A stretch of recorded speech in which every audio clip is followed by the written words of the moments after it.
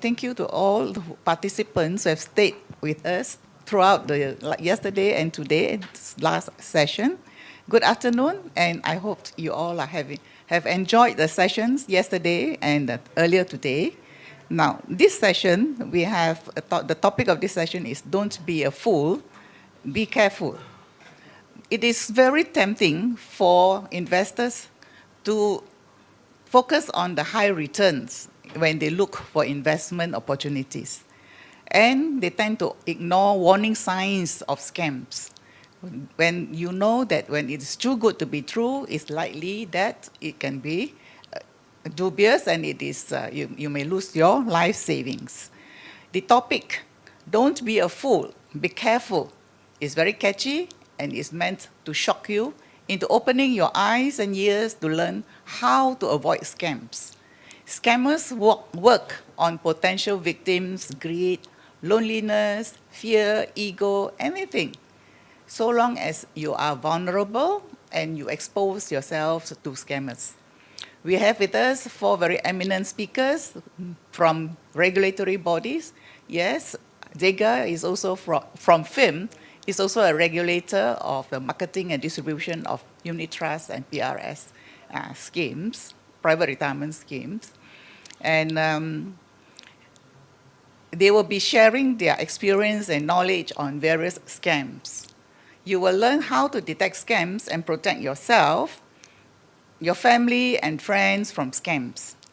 In my role as a chairperson of FIMM's disciplinary committee, I note that integrity is an important requisite for establishing good client connection.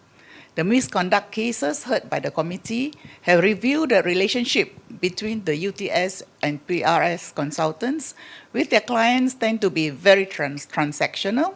It's like touch and go, which with not enough time invested in the relationship to establish meaningful client connection. In yesterday's session on client connection, Encik Ahmad Muzdi mentioned the requisites of empathy, likability, knowledge, and trustworthy. I will also emphasize the inclusion of integrity in enhancing client connection. Are you attracted by these high returns? Then you should spend more time and listen carefully to the speakers today. My second slide shows a non-exhaustive list of scams. And you don't have to read through it. I just want to alert you that scams can come in all shapes and sizes. And with that, I would like to go on to introduce the speakers for today. I'll start with the first speaker, Mr. Vijay, who is manager, B&M Link of Bank Negara, Malaysia. Vijay has a Bachelor of Law degree from the University of Malaya and is a certified HRDF registered trainer and certified mediator. He has joined B&M's Department of Laman Informasi Nasihat dan Khidmat, Link at HQ, since 2008, and the Complaints Management and Advisory for Small and Medium Enterprises. He was a member of the pioneer team at B&M Regional Office in Johor Bahru for 6 years, doing financial surveillance and advisory. He is now the manager for B&M Link. Throughout his career, he has trained counselors in a number of government agencies through a program called Train the Trainers with focus on education and financial management. In his legal background and experience in handling appeals and complaints from the public and SMEs, as well as more than 100 briefings, has helped many people by providing solutions and advice on banking and financial fraud-related matters. The next speaker, we have Aznorashiq, a Director of Investigation Division of the SSM. He's an experienced enforcement professional. Driven by his passion for regulatory enforcement, he takes pride in providing his contribution and leadership in the same capacity for about 25 years. He, like many others, before joining SSM. He was with the Securities Commission for 10 years in the investigation department.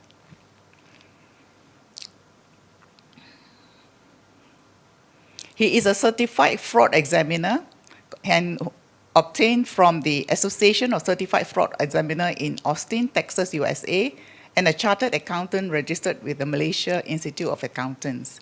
He has a Master of Business Administration degree, specializing in finance from the Center for Postgraduate Studies, International Islamic University of Malaysia, and he has a Bachelor of Accounting honors from the same university.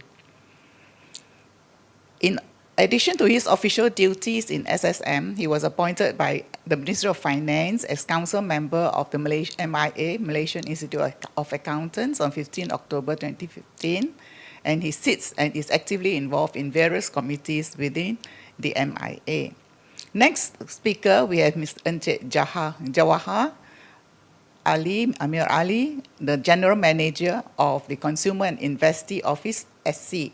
He is currently the head of department attached with the Consumer and Investor Office, SC, of the SC. He has been with the SC in various capacities for the past 23 years. Prior to that, he was an advocate and solicitor of the High Court of Malaya for 3 years.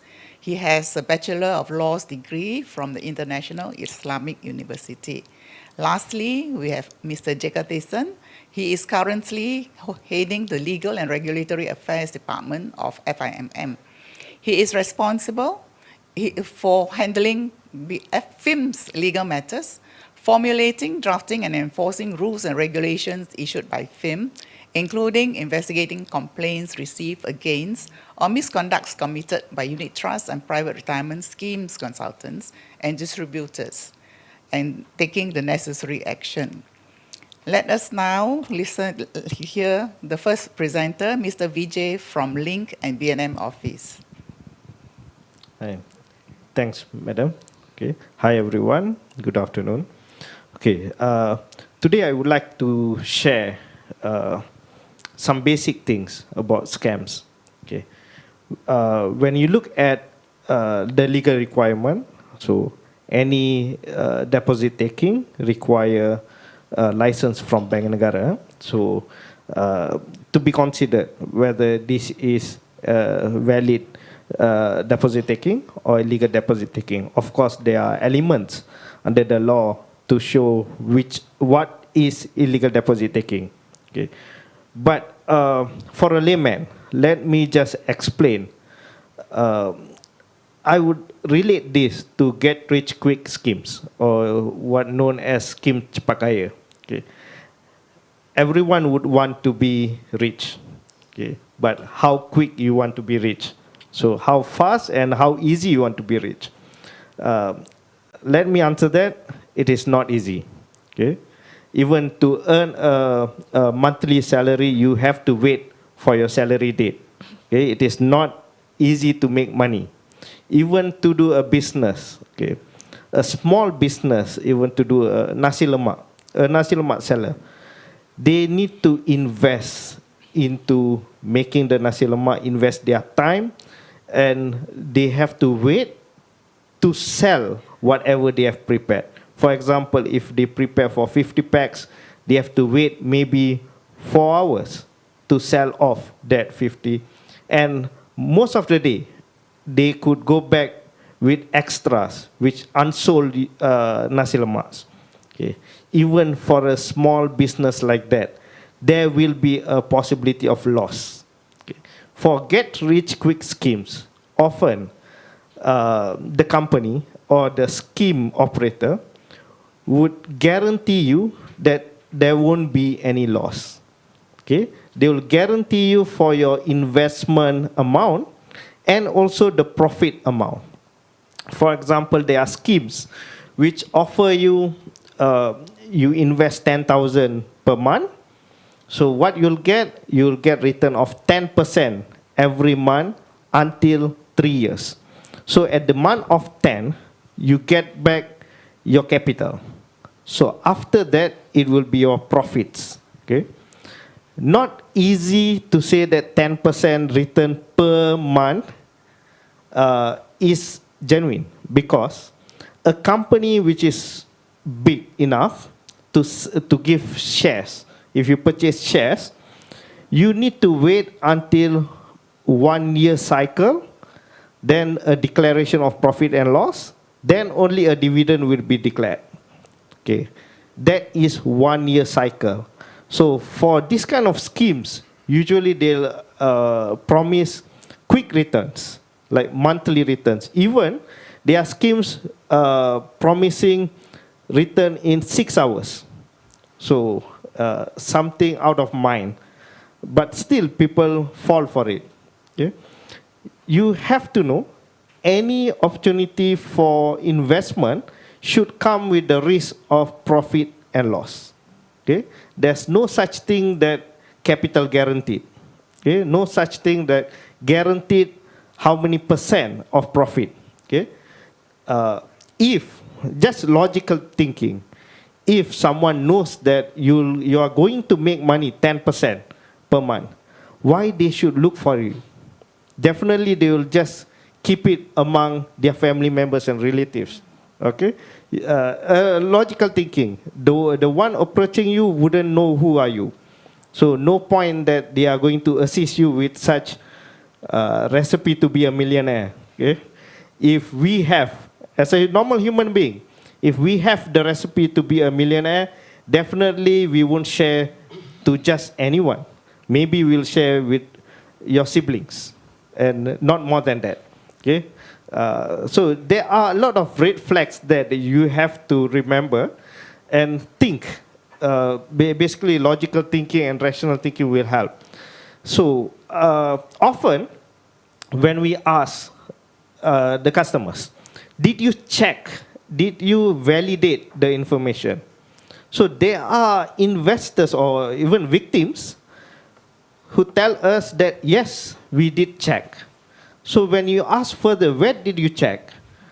Some of the answer is really frustrating, where when they answer, we ask the operator, whether are you a scammer? So it's illogical that a scammer will admit that he's a scammer. Okay? So you need to know the techniques how to validate things. So don't validate direct with the scammer. You have to validate with the regulators, okay? Law enforcement agencies. Check. If someone says that you are licensed by Bank Negara, don't just say, yes, I trust you. Okay? Check at Bank Negara's website, www.bnm.gov.my, whether the name is listed in the regulated entities or licensed entities or not. Okay? If they show you a license, this is the copy of license. If you don't trust me, just look at this. Don't simply trust that. Anyone can actually edit. Okay? Check in Bank Negara's website. If you still feel that you need assurance from Bank Negara, come to our live chat in our website, or even you can drop us the email, or even call us at 1300-885465. Okay? Get direct information from the regulated entities, from the regulators, law enforcement agencies. Police station is everywhere, so you can just walk to any police station to get information as well. So don't simply trust scammers, and please remember, in any events where these operators will help, for example, in hotels, if they call you in, don't fall victim to their drama. Why I'm saying this? Most of the time, the one sitting with you as participants could be their people, could be part of the scheme. So they'll be clapping hands, they will be saying, yes, now we know where to get information, now we know how to be rich. So they'll be coming out with a lot of sentiments, emotions going to go high. Don't fall for it. Okay, it's basically a drama, and they'll be laughing behind your back. Okay, and I would like to also stress on mule account. Okay, don't be a money mule. Okay, most of the scams right now say it is an offer by ABC Sendirian Berhad. But when you want to get into that scheme, they will ask you to pay to Ali bin Abu. Unrelated accounts, a third-party account. That is what you call mule account. Okay, in Malay, keldai account. Okay, why mule account? Why not the company? So what they want to do is try to run away with your money. To keep it simple, they are trying to play with the legal requirement to escape any enforcement action against them. Okay. Be logic. For example, if you want to eat KFC, snack plate at KFC, you are ordering from KFC. Don't go and pay that money for snack plate at KFC to McDonald's. Okay? So, simple logic. You want to buy something from there, you pay there. Don't pay to third party, which is mule account. So, most of the schemes, whether it's get rich quick schemes or any kind of scams right now, they'll ask you to pay to third party. Okay? Don't fall for it. Okay? And my advice would be two things. Not only don't pay to a mule account, the other advice is don't be a mule. Okay? There are also offers out there in social media asking whether do you want to rent your account. Okay? For a pay of 500 per week. So for a student or even those who are still looking for a job, they would see, okay, if I rent out my account, I'll be earning 2,000 per month. Isn't that quite decent? So they'll take a shortcut to make money and rent out their account. What's going to happen? The scammer's going to use this as a conduit, as a platform to receive funds. Okay? Scamming people. Okay. You can check in CCID's portal, FIMMAC Mule, whether this account has been listed in FIMMAC Mule portal under police record. Okay. The moment there are report from victim of frauds, victim of scams on that account, there'll be an action against the mule. So, end of the day, the mule gonna be facing all the charges. Okay. So they'll be brought to the court, and the implications is even worse than that. Not only a criminal charge on you, it's a bad history on your entire life, and then the implications would be to move on with your life, to get a bank account for salary purpose, to open up a company, to set a business. So you'll be facing challenges throughout your life after that. So avoid being money mule. Okay? Avoid paying money or transferring money to any mules. And avoid getting into any schemes as such. So let me just go touch a bit on what are the things you should avoid from being scammed. I'll summarize a bit, then we'll take it during Q&A. So to avoid from being a victim, okay, don't trust too good to be true offers. Okay. Recently, if you look at social media like Facebook page, there are a lot of offers, juicy offers like cleaning services advertisement or maid services advertisement. And recently, it's about mobile pet grooming services, which they are offering at very cheap or an affordable price. Okay, and many fall prey for that, and they go and click on that in advertisement. What will happen? The moment you click on that advertisement, you'll get into a WhatsApp and given a APK file, Android package kit file, for you to install into your phone. avoid clicking on that. Avoid installing that. Okay? Give me a short time, let me explain this. This is called APK scam. So the moment you install that APK file, there'll be a message asking you whether you allow access to your text messages.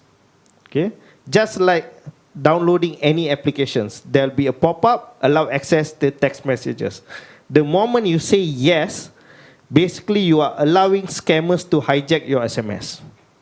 Okay? Then, for you to proceed to secure that cheap offers, you have to make that payment. For example, that 20 ringgit payment that you have to make.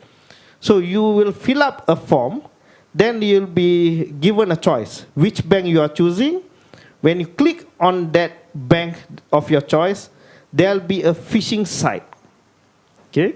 For any internet banking site, there must be HTTPS secured site. And for example, some of your bank, you have your pictures that you have chosen and also the captcha, okay, the caption. Make sure it is genuine. Okay? Most of the site is phishing sites, therefore that picture and capture won't appear. There'll be some error message there.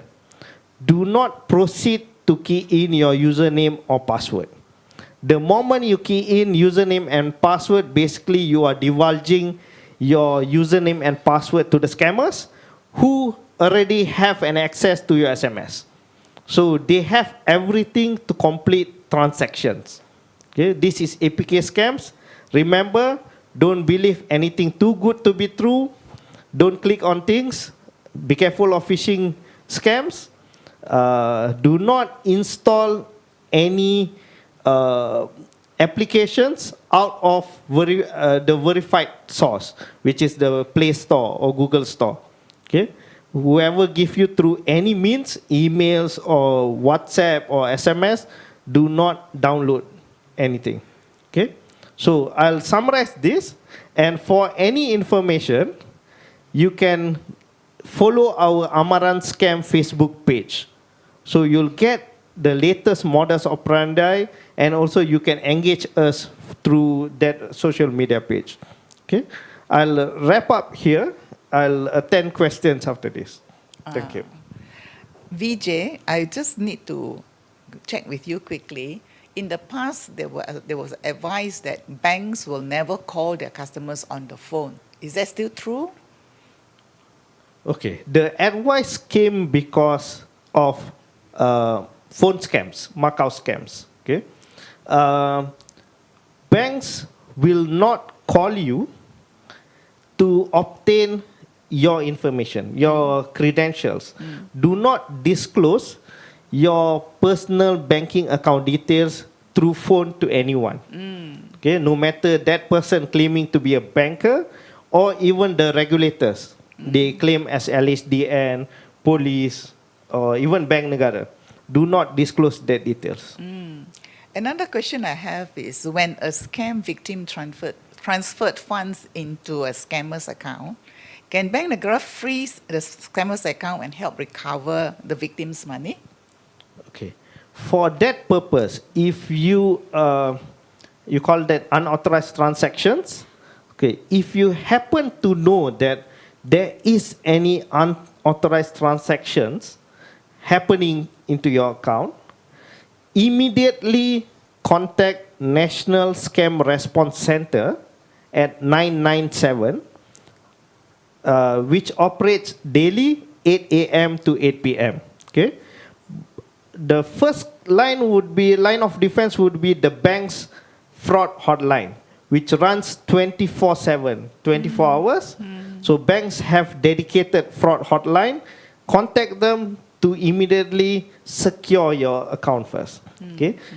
Your question about tracing and trying to recover back, the banks will do. At the same time, contact 997, National Scam Response Center, which were just launched last week.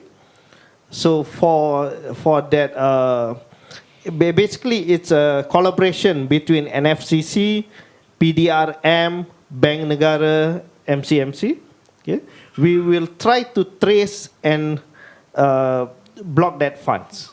Okay, but it still rely on how fast you act. And So how fast you the act correctly. Yeah, the timeliness. Okay, have to act fast. Right. Thank you. Thank you very much, Thank you, Vijay. madam. I think we will move on with the second speaker, and Aznorashiq from the SSM. Yes, thank you. Madam Coit, first of all, on behalf of Companies Commission of Malaysia, Suruhanjaya Syarikat Malaysia, I would like to extend our thanks and appreciation to FIMM for having me and having us to be in this particular session. I'm given about 15 minutes to present my slides. I think there are about 40 slides. I don't think I can make it. But I will be only touching on what's the most important, relevant to the topic. Because I think we had 3 discussions earlier, and there has been a lot of questions. I'd rather have a live questions, then from there we can try to answer and we can exchange information. Perhaps I'll start with these are the acts that are being governed by Companies Commission of Malaysia, SSM. I think most of us are aware of all these acts that we govern. Number 2, why do we need business registration? Because earlier there was a question. Businesses, for example, if you register a business, right? Basically, a business is if you're talking about sole proprietor, for example, or you're talking about a traditional partnership, they are not meant to be a vehicle to be invested, all right? But later on, I will show you cases. We got Kutu funds, you know. Actually, these scammers, the reason for them to register such businesses is for them to create accounts. By you registering a business, you know, you can go to any banks and you can open a bank account under that particular business's name, right? So that is the main intention of all these scammers. If a genuine business person, they would never be using such a vehicle to, you know, as a vehicle to invest or to get an investment return. Why are the importance of all these registered business? Basically, is a certification of valid existence of such entity in the eyes of laws and regulation. Number 2, you can see that the seriousness, the credibility of the business owner. And number 3, you know, you gain customer trust. You know, transparent management records, not only from the registration business point of view, but also private limited companies, or be it public companies, be it LLPs, limited liability partnership, and so forth. And lastly, systemic financial management, for example, for tax purposes and so forth. Right? These are all the types of legal entities in Malaysia. I won't be dwelling into it. But I'm willing to share with all the audience, you know, moving on, how do you differentiate between all these businesses, right? In terms of what are the type, what kind of ownership, you know, in terms of what are the number of partners and shareholders, limitation and so forth, how they are being managed, the compliance issue, who are eligible for the registration or incorporation of companies, right? And moving on, there has been a concern or interest in interest scheme. We also govern the interest scheme. If you look into the act that we govern, the latest act that we have is Interest Scheme Act 2016, Act 778, that we carve out from the Companies Act to show how serious the government are, and these are the future engine of growth in terms of investment and so forth. I won't be touching on the nitty-gritty, the technical part in terms of definition and so forth, but sufficient to say that these are the introduction as far as interest scheme is concerned. And what are the nature? Number 1, you do have a nature where investment scheme itself. Number 2, recreational membership scheme. For example, if you are a member of recreational clubs or golfing clubs and so forth, they are being run under this interest schemes punya nature. Time sharing schemes, for example, you buy usufruct, for example, for hotels. You buy their membership, you got free, for example, 2 days or 3 days or 3 nights at that particular hotel. You got certain discount and so forth. From the perspective of the provider, they are selling unsold rooms to all of you. By you becoming a member, you get certain privilege. And then the interest scheme is basically the use of facilities. In Arabic, they call it manfa'ah or usufruct. You know? So that's a legal term that you use it. And then, of course, we got this time sharing scheme. And, of course, we got the hybrid combination of such schemes. Right? And these are all the types. You know, I won't be dwelling into it. You know, it's a big topic, actually. All right? And who can offer? All right? So these are among the important things that you need to know. All right. Not everyone can offer interest schemes. Basically, yeah. It must be a private companies or public companies. All right.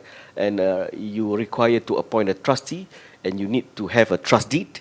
And this trust deed need to be perused, need to follow the guidelines, the framework of SSM based on the Interest Scheme Act 2016. And you need to appoint a trustee who going to manage the funds that be collected by the public, and there need to be a submission prospectus or product disclosure statement, and this need to be approved. Need to be approved. So if you look on your right hand side, you can see that this is how the helicopter view in terms of what are the interest schemes all about, the need of trustee or contractual agreement. There is a trustee, there is a management company, and there is a interest holder. So there has been a question being asked, what are the protections? So basically, I won't be going one by one, but sufficient to say that there is enough or sufficient protection mechanism as far as the interest holder are concerned, all right? And these are the enforcement penalties for those who transgress the provision, all right? What are the general provision, the force of managing particulars that have been provided to the regulator, the issuance of requirement of registration of schemes, obligation of the management, the providers, and even the trustees and so forth, right? And these are among the common offences related to the schemes, right? Before Companies Act, earlier I told you that it was in the Companies Act 1965, and later on we discovered that basically this is an engine of growth, future growth. You can see it in context of Australia or certain developed countries. Interest scheme has been one of the engine growth as far as getting funds from the public, and it is being well regulated and kind of a handsome return to the interest holder. All right. And interest scheme perspective, if you are involved or you are interested in investing in interest scheme, number one, you have to make sure that you are making payment to the company. As earlier my colleague Vijay is saying, sometimes the public, they couldn't care less. When they have signed the agreement, when they are being told to be, to deposit the initial investment to individual accounts, this should be red flags for a discerning investor, future investor. Number two, you are not a shareholder. All right. You have to remember, by you participating in the scheme, you are only getting, if it is under investment scheme, you are getting whatever promised returned based on the agreement and so forth. If you are dealing with recreational clubs, for example, you are using the facility. You are not the owner. You are not the shareholder of that particular company and so forth. And you have an interest, the manfaat or the usage of the facilities being given. And lastly, you are not involved. As an interest holder, you are not involved in the daily management of the company or the scheme itself. Right? And moving on, these are all the illegal schemes that we are facing with. Right? In my career of nearly 25 years, there is a kind of correlation. When the economy is bad, either way, people or scammers, they will take advantage.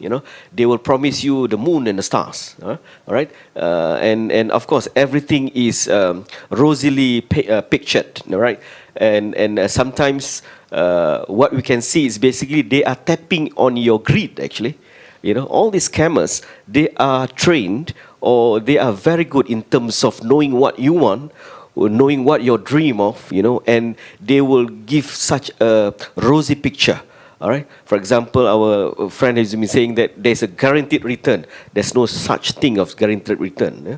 So these are all the red flags that, to me, the public should be aware of. And by attending such an event organized by FIMM, I think is a positive way forward for future investors not to be doped or to be lured into all these illegal schemes. All right. If, for example, if I can show you, for example, there are a lot of cases actually, but given time of 15 minutes, I don't think I would manage to tell all. But perhaps I would touch on one important thing, the one that we charged years back. This scheme Kutu. If you look this Kutu, I think most of us would remember during those days. This particular act, it was drafted back in 1971. At that point of time, because of geographical factor, post office was the only means for the people to save. So playing this Kutu scheme, in a small numbers are the way for them to, save some money for future weddings or future acquisition and so forth within kampung people. But at that point of time, when I read into the Hansard of why this particular prohibition act has been put up, is because at that point of time, there has been a lot of fly-by-night companies collecting money from the people of the kampung, and they fly by night. And for that, we have this particular act back in 1971, and the latest, not latest, 2-3 years back, we charged this particular couple. They are teachers actually. You just imagine within 1 year, they'll be able to rake nearly 1 million, 33 million, ladies and gentlemen. And they use the element of chain letters. If you remember, these change letters, ladies and gentlemen, normally I remember when I was small, they will put it in mosque and surau. Yeah? And there's a letter to say that you have to photostate another 12 copies. If you fail to do so, bad luck. You will be, bad luck will be put upon you. All right. So people are believing into it, and they photostated and they copied, and it evolved into postal orders.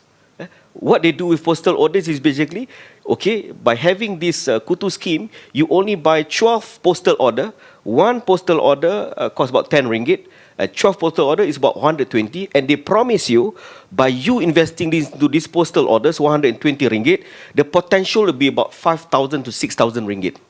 And they will put people inside to say that, see, I've got nearly 3,000, for example. And what you need to do is, you just put the names that has been given earlier, and from there on, once you posted it, and you wait for your time, all right, for your time. And surprisingly, unsuspecting Malaysian, they believe into it, and these scrupulous people, they rake nearly 33 million within 1 year. So this has been the concern. And unfortunately, when we charged this particular couple, at that point of time, the penalty maximum was 5,000. All right, 5,000. And this is where we say that, the penalty doesn't prevent. So we decided to amend the law, and nowadays it's more than that. It's nearly 1 million for you to, if you are caught guilty as far as the kutu scheme is concerned. I move on. Perhaps, I don't know whether the time is with me, but these are all other illegal schemes, ladies and gentlemen. The key points is as simple as, you check with the regulators. If you go to SSM website, www.ssm.com.my, there will be portals to show what are the registered schemes, what are the illegal schemes. Even we mirror our counterpart, be it Bank Negara, be it the police GSJK, the mules account and so forth, and the list of people that we have been charging. There are certain warnings that we give. So these are all simple things that need to be done. But unfortunately, for those who are duped into all this illegal scheme, they are too busy to check. But later on they complain. They complain that the regulators are not doing their job because they lose their money. Right? That is the inequation as far as the public is concerned, as far as regulators is concerned. Right? So I think education is very important. All right? There is a limited resources as far as regulators is concerned in terms of nabbing all these scammers. But as far as the schemes is concerned, these are the key points that you need to check. You can go to the regulator's website and you check, right? And again, as I said, normally these scammers, they will be tapping on your greed. The dark side of human being is just greed. Everyone wants to be rich. In easiest manner. All right. There's no people with a sound mind that say that they don't want to be rich. Right. But when you want to be rich, but at the same time the business model doesn't make sense, then this is where the red flags need to be looked into. For example, can you imagine when they promise you a return of a monthly 20%? It's as good as getting money from Paul and paying Jack. And if you invest, for example, 10,000, if I promise to return 20%, 2,000 every month, the moment a first person invests and believe into such schemes, it will last that particular scammer for another 5 months. And another psyche that they are tapping on you is getting is believing. The moment you get it for the first month, you tend to believe that, hey, it's true. And it will last for another 4 months. You get for the second month, and you believe that it's true. You get for the third month. you believe it's true, and this is where the greed kicks in. You decided to withdraw your ASB, your tabung haji. In fact, you will share with your loved ones. And this is where how the scheme get bigger and bigger. And later on, actually too good to be true, actually it's not true. Right? So as far as all these illegal schemes is concerned, I would, the modus operandi, normally for gold investment scheme, for example, last time we got 2 cases, that we investigated, and then we share with Bank Negara. It has been highlighted in Parliament and so forth. All the IES we blend in together to address the issue. But again, these are all the key points that you need to be aware of, right? As far as before departing with your hard-earned money. All right? And again, these are all the modus operandi of scammers. I won't be going into details of all this. You can read it. Once you read it, I welcome any question, not only to me, but to also the other panel members. All right? And common red flags, unregistered, without a legal license. The offers are fixed, very high. It doesn't make sense. All right? And promises of profit without no risk at all. All right? No trustee involved, no prospectus in the case of interest scheme, for example. Incomplete or doubtful agreements. Last time I remember, years back, 10 years during my time in Securities Commission, we investigated, they call it spot commodities.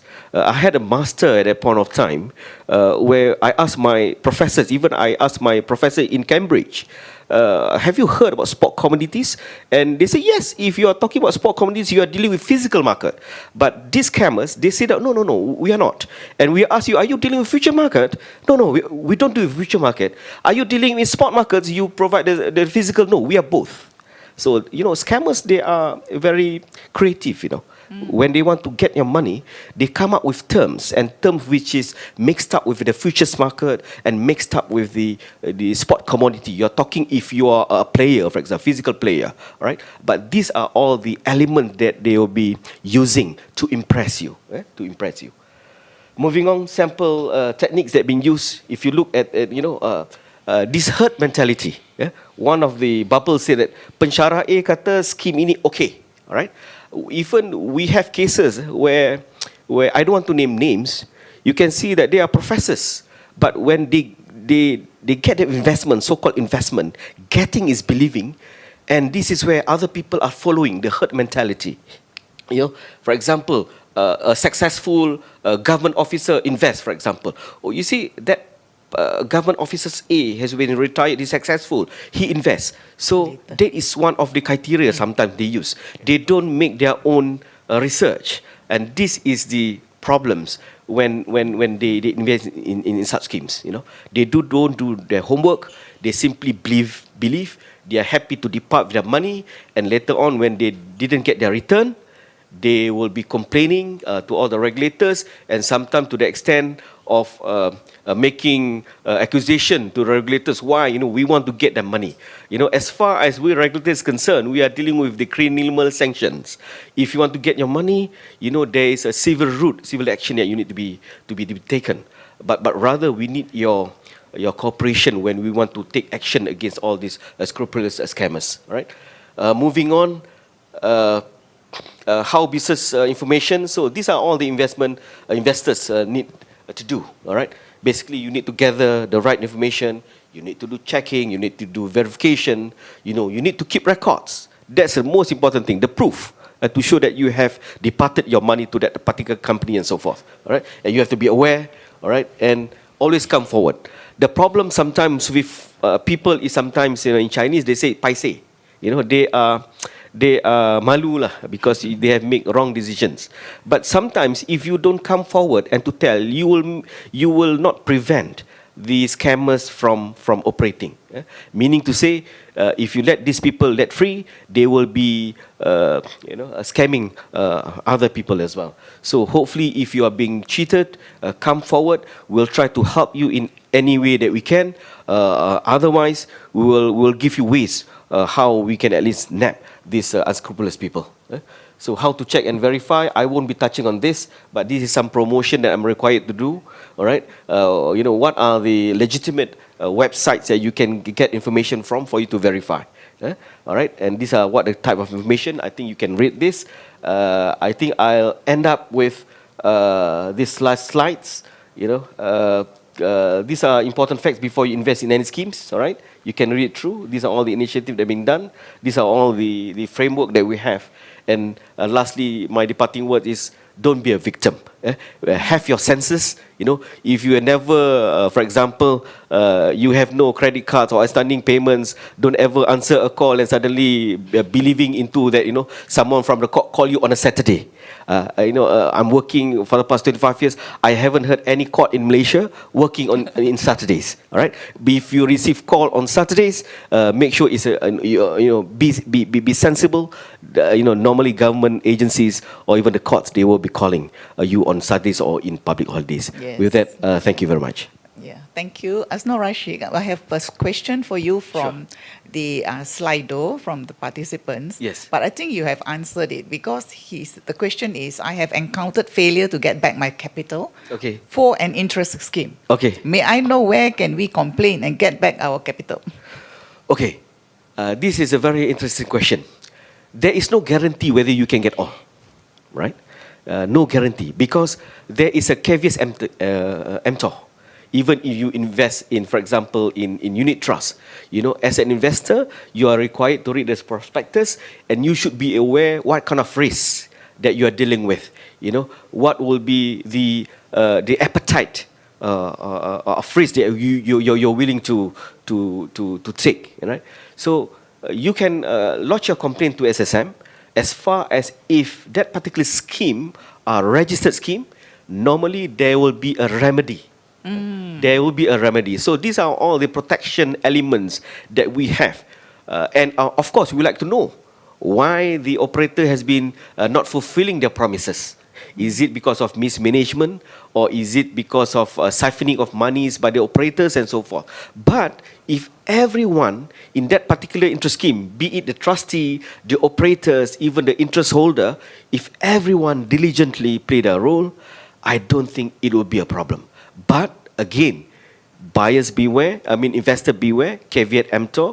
Before you invest, you need to go through whether the business model of any particular investment scheme, be it unit trust, be it in interest scheme, or be it whatever investment be it should be making sense. All right? The business model should be making sense. If someone promise you a return, for example, a monthly, yearly return of 10%, for example, they have to make sure that their business model for that particular is more than 10%. No one would be ever giving you all the return and them getting nothing. There's no such thing. Yes. I haven't come across. Perhaps if we are in heaven, then one day, we may come across that.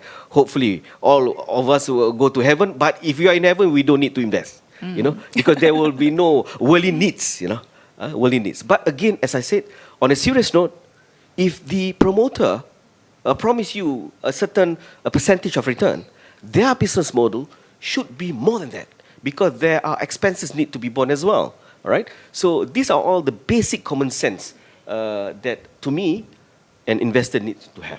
Thank you so much. Thank you for interesting sharing. The next speaker is Encik Jawahar Ali Ameer from the SC. Jawahar, please proceed. Thank you, Madam Moderator, and thank you for the organizer for having me today. I will be speaking today from the vantage of the capital market regulator. I'll try to explain as much as I can on the types of complaints and inquiries that the Securities Commission receive with respect to scams and also unlicensed activity. And I'll be giving some statistics, and I'll be talking about what are the activities and the approach that we take with respect how we contain this, and also some case studies and a bit about our investor education initiatives. Now, I think that it kind of goes without saying that over the years, the number of cases or number of complaints and inquiries that everyone, not just the Securities Commission, but all the law enforcement agencies has been receiving with respect to scam has been on the rise. Now, from the Securities Commission, as you can see, that the number of complaints and inquiries that the SC has received From 2020 to 2021, there is an increase of about 93%. And as at September this year, we've already received about 1,850. Now, these are certainly concerning numbers. And of the complaints that we receive, total complaints that we receive, more than half of it, 62% of the total complaints and inquiries that we receive are all related to scams and unlicensed activity. Now, coincidentally, we saw this spike on the complaints and inquiries on scams and unlicensed activity during the pandemic, And based on the analysis that we have done, based on some of the observations that we have made, this could be due to two reasons. One is that, during the pandemic, everybody was in a lockdown and there were this sheer boredom. And of course, at this time also, there were many, members, citizens were going through some hard times or having some financial predicament. So this kind of set the stage or, provided a fertile ground for the scammers to ply their illegal trade. But what we notice is that, during the pandemic as well, there's been a growing rise of what we call self-directed investors. Like previously used to have investors dealing through intermediaries, they're calling the brokers and whatnot. Now a lot of the investors, they want to trade online and they want to trade by themselves. Which means that that it gave to rise in digitization, it gave to rise in the popularity of online investment and so on and so forth. While that is a good thing, came together with it is the the bane of scams and unlicensed activity, because the same platform was then used by the scammers. Essentially, the scammers. What we notice is that mostly, if not all, of the complaints and inquiries that we receive now on unlicensed activities and scams are those that were promoted online. We have seen earlier that these were primarily promoted through Facebook, whereby there will be a Facebook ad, and then once you click on it, then you will be directed to a WhatsApp chat with the scammer, and then the scammer will try to convince you to invest and whatnot. But of late, what we notice is that these schemes have now been promoted through the Telegram. So before I go on, there is already an advice there. So if you were to receive any offer for investment through social media platforms, Telegram or WhatsApp or Facebook and whatnot, be wary. Be wary. And also, there will be a lot of these scammers. They will use a lot of tactics such as impersonation. They say that we're actually representing, or we are calling from a licensed entity. This and that and the other. So just be mindful. Now, these are some of the numbers on the efforts taken by the SC with respect to this space. Now, I'm just doing a 2-year comparison. If you see for 2021 and 2022, we took that many enforcement actions. And the alert list. Now, what is an alert list? An alert list is contained in our website, which lists down all the names of the entities that we have, upon our review, where we found to have been unauthorized or illegal. So we find this to be a very powerful tool, because we try to alert or warn the public as soon as possible upon us receiving information on it, so that the public will be mindful. So please make use of this tool. If you have received any offer for investment, you can go to our investor alert list, which is contained on our website, to see whether such an investment is authorized or not. Now, you can see the numbers. In last year, we've included 275 names on our investor alert list, and as at September alone, we have already included 212 such names, and the list keeps on growing. We try to include these names within 48 hours upon us receiving the information, so that we try to get to the investors as soon as possible, because while enforcement efforts can be taken, while the perpetrators can be taken to task, but the odds of us eventually trying to get back the money for the investors are rather remote. Right? Let's be realistic about it. Yeah? So the main tool that we have to employ here is investor awareness, investor education, and to make sure that the investors do not fall victim to such a scam. Now, with the assistance of the MCMC, we have also taken steps to block a number of websites. If you see in 2021, we blocked 143 websites, and as at September this year, we've already blocked 144 websites. Now, this again, when we find, based on information that we receive, that some of these websites are carrying on illegal investment schemes, we will immediately take steps to block it. And we've been having very good assistance from MCMC to this end. And if there are opportunities for us to issue out a cease and desist, we will do so. And of late, actually beginning of last year, we established a relationship with Meta, which is the owner of Facebook and IG and whatnot, and they have then they have started to assist us to block the social media pages, or rather the Facebook pages that has been used to carry out some of these illegal investment schemes. 35 last year, and we have done so 120 as at September this year, of which 35 is Facebook and another 85 is our request to Telegram. As I mentioned earlier, the main social media platform used now to carry out these scams are Telegram. And also we work closely with our fellow regulators and law enforcement agencies, and when we feel that matter it needs to be escalated or need to be alerted to the other agency, which we will do so, which you can see the numbers there. Now, where we come from is that, as you can see just now, Mr. Vijay has shown there's so many types of scams, so many, just various types of scams. The one that would concern us would be the investment scams, or what we call, or in the Malay they call it pelaburan tidak wujud. That means that the investment that is offered, whatever it is that they claim to be the investment product, actually it doesn't exist. They can say, you give me 1,000 ringgit, I will invest in cryptocurrency, I will invest in the stocks, US stocks, Apple, Tesla, but in actual fact, these products do not exist. Now, in addition to that, we also notice that there are some entities, who claim to be licensed elsewhere. In other jurisdictions, they say, we are licensed by Bahamas, we are licensed by Saint Vincent and Grenadines, Vanuatu.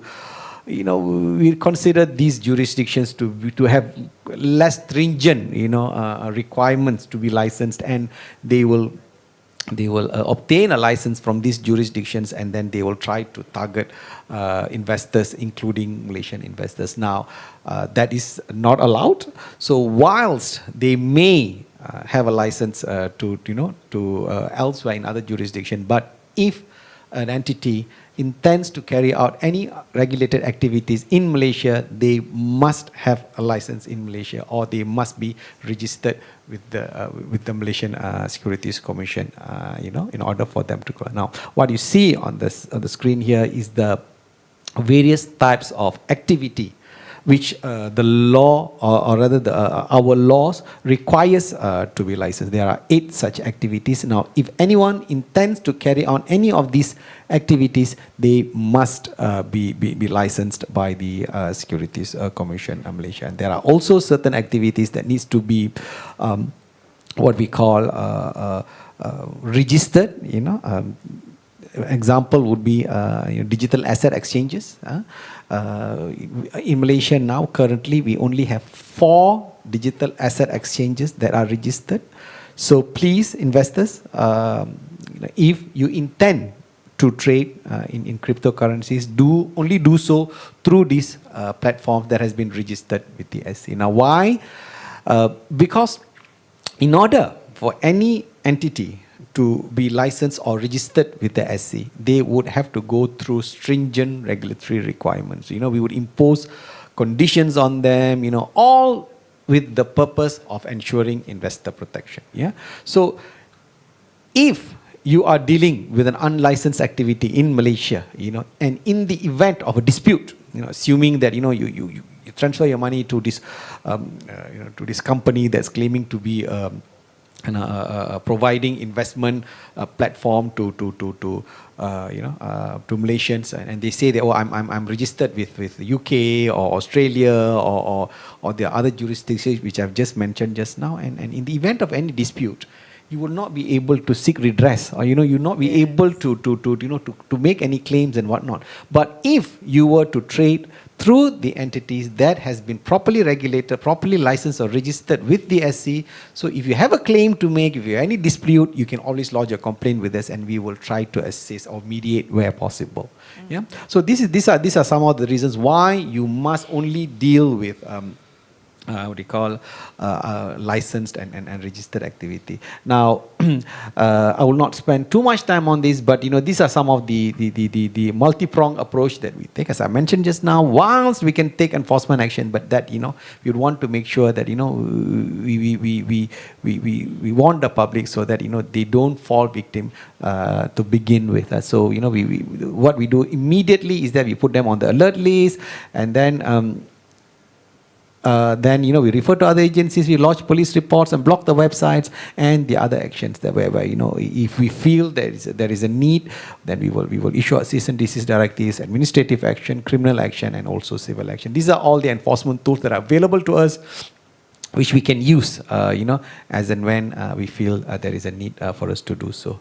As you can see, these are some of the case studies on non-existent illegal investment scheme that we have received. Now, the common ones are the ones that promises an extraordinary return with a very short span of time with little or no risk. Now, as incredible or as ludicrous it may sound, we have received, or typically we will receive complaints saying that you invest 300 ringgit and within 24 hours, you'll get a return of 5,000 ringgit. That means you put in 300 ringgit today, by tomorrow you will get a return of 5,000 ringgit. Now, that is more than 1,000% profit within 24 hours. Now that is actually ridiculous and is really not attainable. It just doesn't make sense. But it's surprisingly there are many people, members of the public, still fall victim to such a scam. So that is where it's starting to be, concerning. So just be mindful of that. So some of these are that and as I mentioned just now, there are many platforms which they claim to be licensed elsewhere, and then they offer their product. This may not necessarily be an outright scam, but these are entities that we strongly advise not for the members of the public not to deal with, because as I mentioned just now, you may not, they may try to scam you as well, and in addition to that, in the event of a dispute, you will not have any recourse. Now, I'm very mindful of time. So I will just very quickly just go through some of our initiatives here. This is some of the initiatives that we take, and I mean, and I say this at every opportunity that I get to say that, you maybe have too much information over an hour and a half or to take in. There is one thing that I would like all of you to take back, is that when it comes to investment, never deposit your money intended for investment into anybody's personal bank account. That means you do not invest your money into the account of Ahmad bin Abu or into Achong or Arumugam, because there is no legitimate or licensed entity that would require you to deposit money into individual's account. You must only deposit your money into the official bank account of the entity that has been properly licensed or registered with the SC. As I said, you do that one thing, I can assure you the numbers, the 95% of the scam can be eradicated, because the single most important tool that the scammers have now is the use of a mule bank account. As I've said, I'm very mindful of time. With that, I'll just end my session and I'll hand it back to Madam Moderator. Thank you so much. Jawahar, just a very quick question. What about an unlisted Berhad company's offering? For example, offering of redeemable preference shares, where an unlisted Berhad company claimed to have submitted an information memorandum to the SC. How can a potential investor verify if the said information memorandum was indeed submitted to the SC? Okay. The investor can call us to check whether the particular unlisted public company has lodged an information memorandum to us, and we will let you know. Now, when it comes to unlisted investment in an unlisted public companies, now these are not generally not intended for the members of the public, not intended for the public at large. These are instruments, or these are investment products that are specifically designed for what we call high net worth sophisticated investors. Yeah. So these are not investments that you know. So there are certain requirements. If you're a high net worth individual, these are all provided for under our statute. You know, so if you are a high net worth individual, that means you must have at least a net worth of more than 3 million ringgit, or the investment that is offered must have a ticket size of 250,000 ringgit or more. Why this is important is that if it's a high net worth individual, then they would have the necessary means to get the proper advice, with respect to the investment, to see whether the investment suits you, whether it meets your risk appetite before you can invest. So be careful. So if you have been offered such an investment product, you have to ask yourself, am I a high net worth individual? And if you are a high net worth individual, please go through the information memorandum and make your informed investment decisions. Because just because the information memorandum is deposited with us, it does not mean we approve its content, does not mean to say that we promote it. It doesn't. Yeah. So that is what do you call it, with respect to unlisted public companies. Thank you. And before we go on with the last speaker, we have a 30-second video. Bijak labur hidup makmur. Semua mahu kaya, tapi jangan salah langkahnya. Jika terpedaya hidup sengsara, macam-macam skill yang ada mesti faham mana dilabur. Lesen SC pastikan ada, silap labur, duit lebur. Ingin tahu produk sah yang ada, laman web Investmart jawabannya. Pesanan ini dibawakan oleh Suruhanjaya Securities Malaysia. Very good. Yeah, you might recognize that individual. Datuk Sri Siti Nurhaliza has very graciously, agreed to do that video to help us spread the anti-scam awareness. Yep. Yeah, that was good. Thank you very much. Jega, your turn to speak. Thank you, Madam. Good afternoon, ladies and gentlemen. I think we have heard many insightful, beneficial and useful information from the main regulators, Bank Negara, SSM and Securities Commission. So my session will focus, or rather I will zoom into conducts or misconducts that commonly takes place in the marketing and distribution of unit trusts and PRS.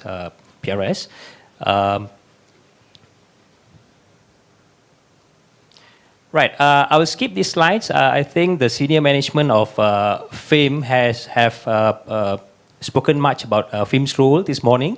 So we will go directly into scams-related matters. But before I go into highlighting a few things, there could be some horror stories. But I would like to put in a disclaimer that this is not at all to discredit or to undermine the investment industry. Generally, the legitimate regulated investment industry is safe for you to be a player, investor. But this is solely to educate the public at large, investing public, as well as unit trust consultants. Right. So when we talk about scams involving UTS and PRS, it's not an outright scams, but there could be conducts which can be associated with scams.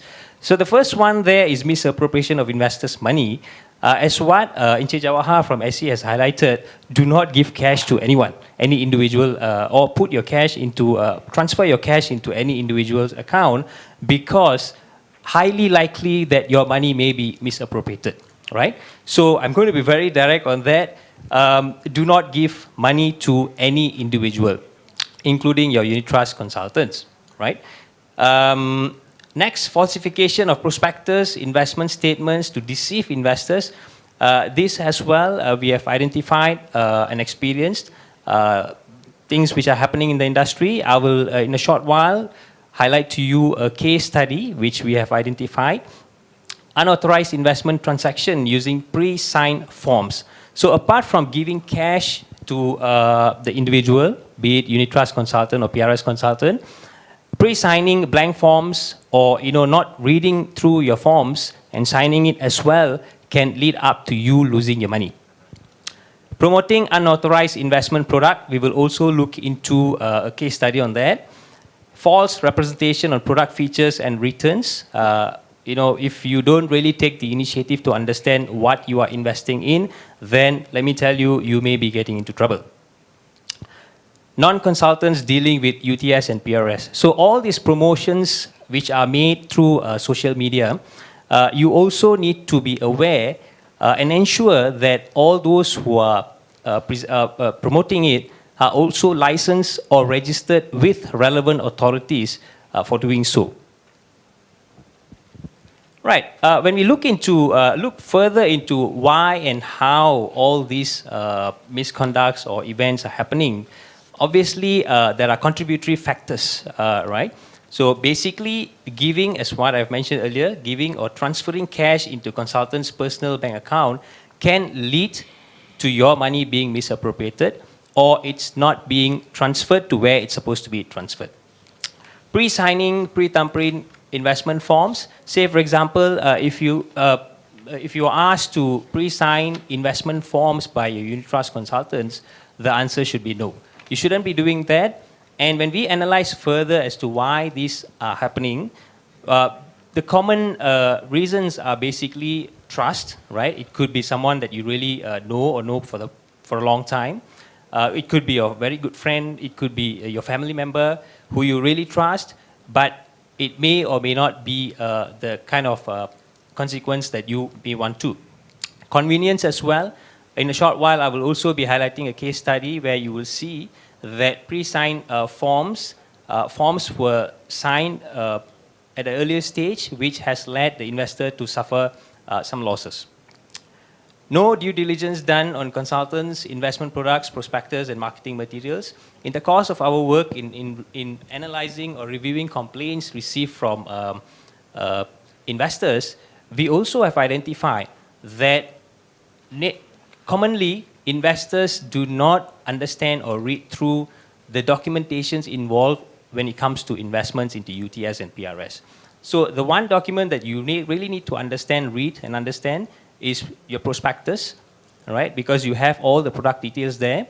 Also get to know the forms that you are signing as to what are the forms and why you are signing it, and ensure that you are getting into the right thing. Non-checking or verification of investment statements.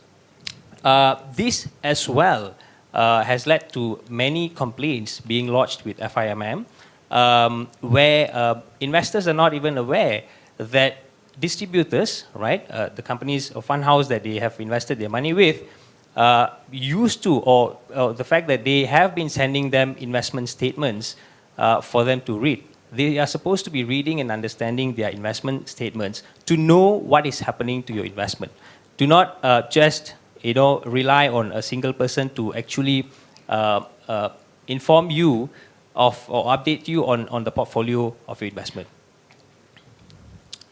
Right, with that, I would like to go into the case study. This is one of the cases that we have been handling. UTS investment scam. So what happened in this case is a unit trust consultant has falsified a brochure by putting his distributor's name and logo into the brochure. So he came up with his own brochure, which was provided to an existing, so it's not a new customer, investor, it's his existing investor. to deceive him into thinking that he was investing into the distributor's UTS. So it was an impression given to the investor that the investor was he's putting his money into a unit trust investment. And subsequently, he have accepted cash amounting to 60,000 from investor A, this investor. Cash was transferred into his personal account, where he thought that this money is going to be invested as intended. And he also falsified a statement of account after accepting the money, and provided the same to investor A to deceive investor A into thinking that his money was invested in the distributor's UTS.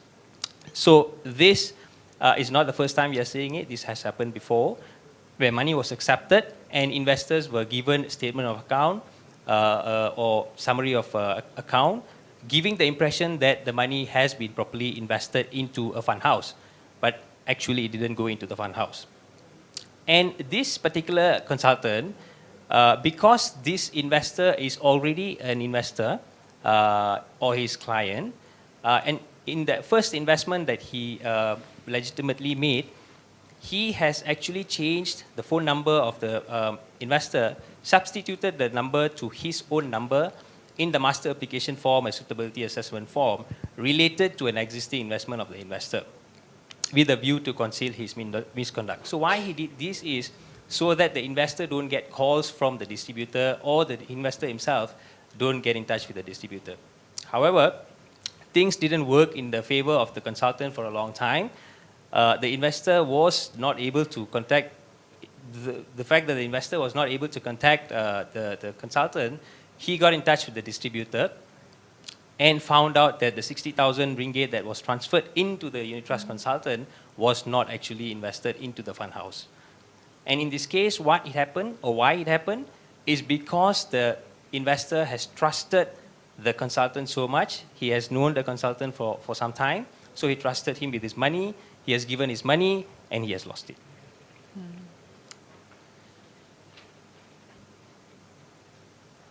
Okay, ladies and gentlemen, we'll go into the next case study. This is an event of where a pre-signed form has led into an unauthorized transaction taking place. An investor allowed the alleged person, who is a unit trust consultant, to manage his EPF account and make 2 withdrawals in the future on his behalf for purposes of UTS investment.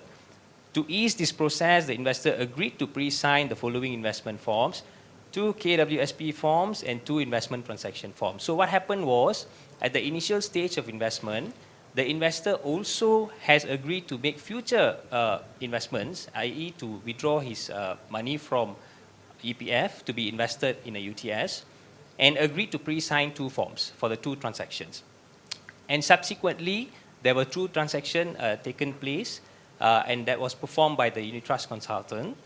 And the unit trust consultant, when was probed, acknowledged the withdrawals made using pre-signed forms, though he says such transactions were a result of a misunderstanding that he had received the investor's consent. So he deemed, or he assumed, that the investor has given him the authority to make investments as and when he wants to. In return, the investor confirmed that he agreed to pre-sign the EPF and transaction forms, as he was based in the USA. However, according to the investor, he had informed the alleged person to only make EPF withdrawals when given specific instructions to do so. He claims to have never authorized the alleged person to make the 2 withdrawals from his EPF account.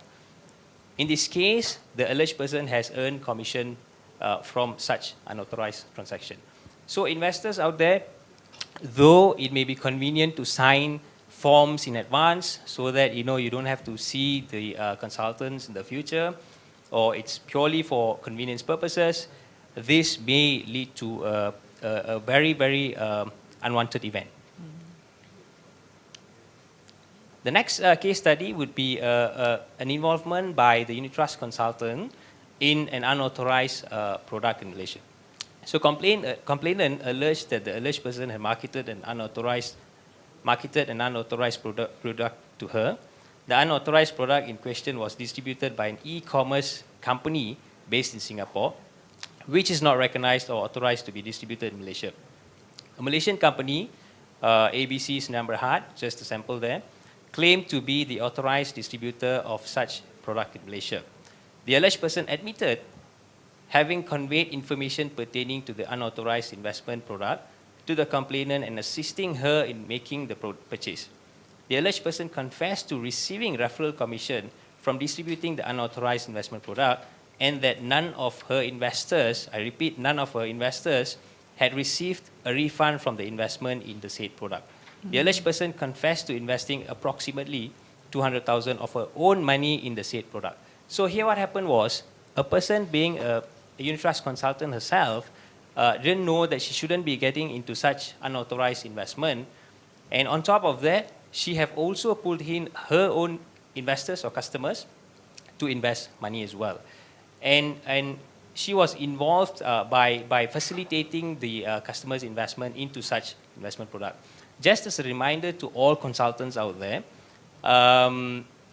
you being a unit trust consultant, under the Code of Ethics issued by the FIMM, you are prohibited from being involved in any manner in terms of unauthorized or unrecognized investment products in Malaysia. So it could be you investing in it, or it could be you facilitating your clients investing in it.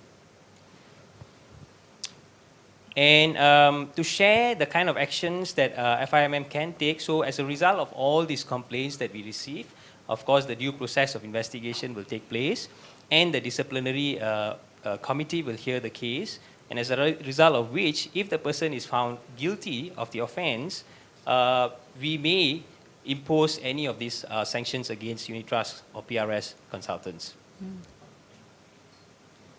And of course, in the past, this is just samples.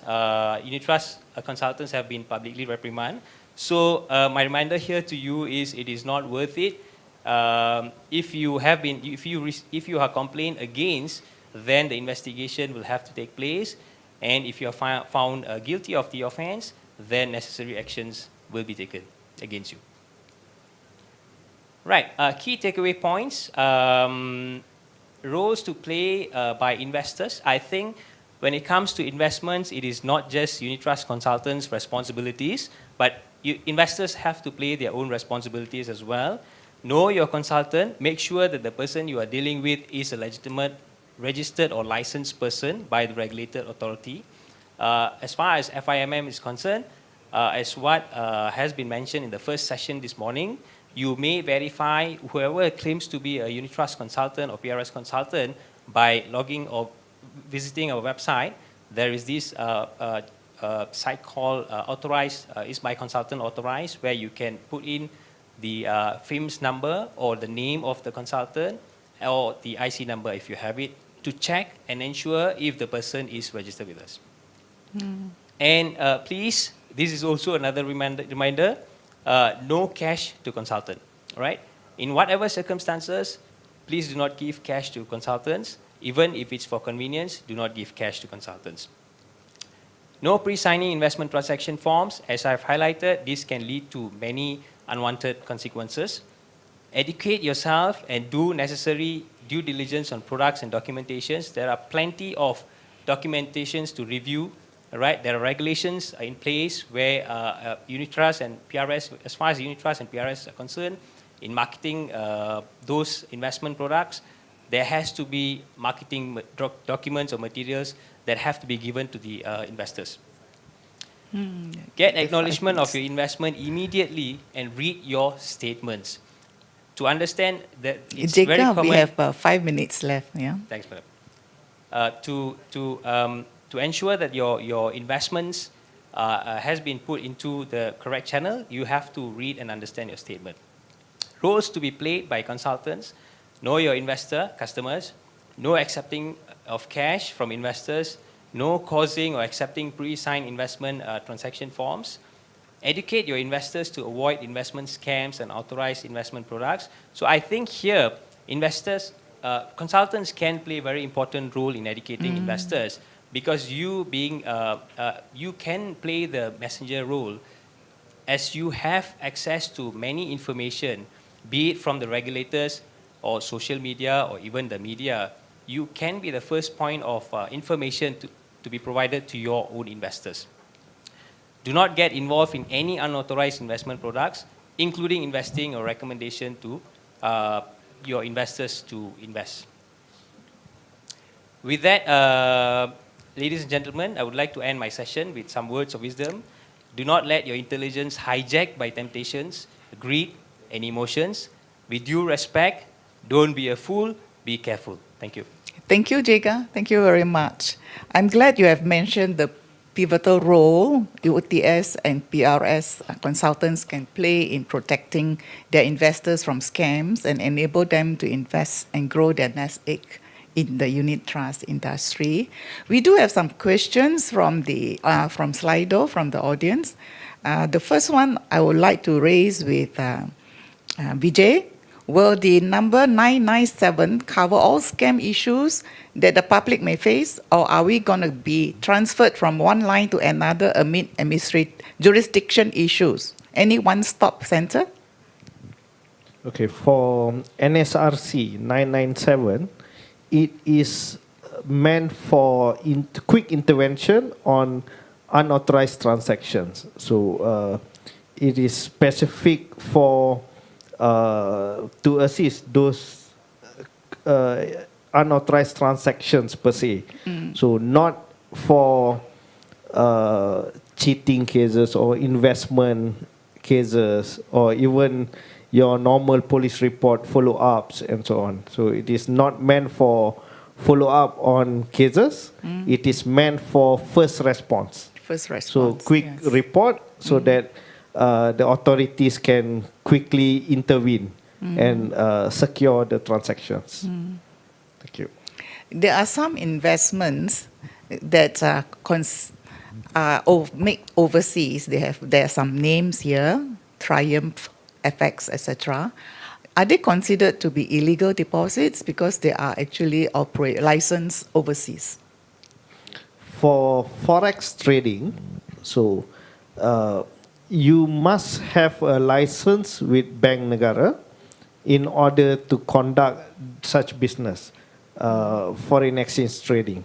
So, if you don't have any license with Bank Negara, it is considered illegal forex trading. So the name mentioned does not have license from Bank Negara. So thus you are not allowed to be, you are not advised to invest any funds to those unlicensed entities. Unlicensed here. Yeah. All right. Yeah. The next question, I want to open it up to all the speakers. The question here is, what is your view on cash trust products with high guaranteed returns? Aznorashiq? All right. Thank you. The reason of me volunteering this question, because we received a complaint, and I believe my fellow regulator, Jawahar, even Bank Negara also received the same complaint. The complaint basis is basically saying that the return being given by these so-called trust companies are exorbitant, ranging from 18 to 36%. And we have audience with that particular complainant bringing along one particular member of parliament, and they presented to us. And when we look into it, we do conduct our own investigation. Yes, companies, trust companies 1949 are being regulated by SSM. But based on our investigation findings, we could see that actually that particular trust companies, they only facilitated the trust agreement. Whereas the investment are being channeled to their associate company, be it fund managers and so forth, which are being licensed by the SC. And SSM also discussed with Bank Negara to look into the matter as far as IDT is concerned, illegal deposit taking. But so far as that complaint is concerned, we can see that there is no other complainant in terms of not getting what they're supposed to get. So in a way, when we ask that particular complainant, are you investing? They get to know. And then why are you complaining? Because to me, it's so high. 16 to 36% per year is so high for me. for that particular complainant. And we looked into the matter. There's no complainant. And when we also call upon a few of the companies, no need for me to name. In fact, there are 33 companies that they have come up with. In fact, majority of them have come with valid money trails. And so far, we haven't received any complaint in terms of this investor not getting their return.